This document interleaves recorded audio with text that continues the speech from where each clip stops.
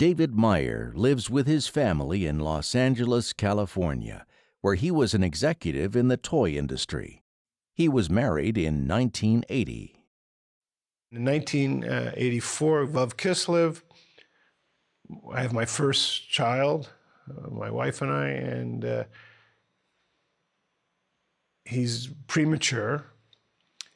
And we find out a few days later that he has Down syndrome.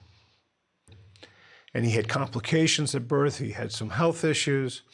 They wanted to do a transfusion. Our pediatrician didn't want to do the transfusion.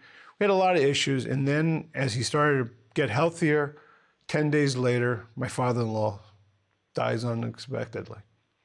So we're going through all this, and we really, I mean, it's a devastating time, you know, losing my father-in-law, and then, you know, it was almost like, what else can you do, God? So my in-laws were from Montreal, and they used to winter in Florida. And I said, you know what? If the baby's healthy enough to travel, I said, why don't you come to New York with me? We'll spend, you'll come in for Shabbos, we'll spend Shabbos, and Sunday I'll try to get Yechidus with the Rebbe, get a bracha from the Rebbe for the baby. Now it's 1985, and you just don't get Yechidus with the Rebbe. But our good friend, Avremel Friedman, he says to me, I said, I have an idea. And he takes us into the lobby in 770 and says, when the Rebbe goes from the shul after Mincha back to his office, that's when you'll approach the Rebbe. So it's quite a crowd of people thinking the same thing. And Avremel says, keeps pushing, says, don't let anybody get out in your way, just stand there. And of course, when the Rebbe comes out, you're speechless. Well, you're not going to say anything, you know. But the Rebbe walked out and stopped and looked at my Avremel, and he took a coin out of his pocket and he put it in Avremel's hand. And because he was with Down syndrome, they don't have muscle tone till much later. He couldn't grab it, and the coin dropped.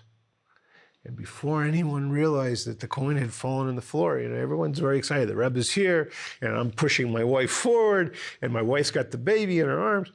The Rebbe stoops down, picks the coin up off the ground, puts it back in my Avremel's hand, and he folds the hand over with his hand, and he leans over to my wife and says, these are my generals.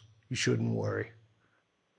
And then he said something in either Hebrew or Yiddish, which my wife didn't speak either of. And it was really, I think for her, he said, he'll be a blessing. He knew my wife needed reassuring words.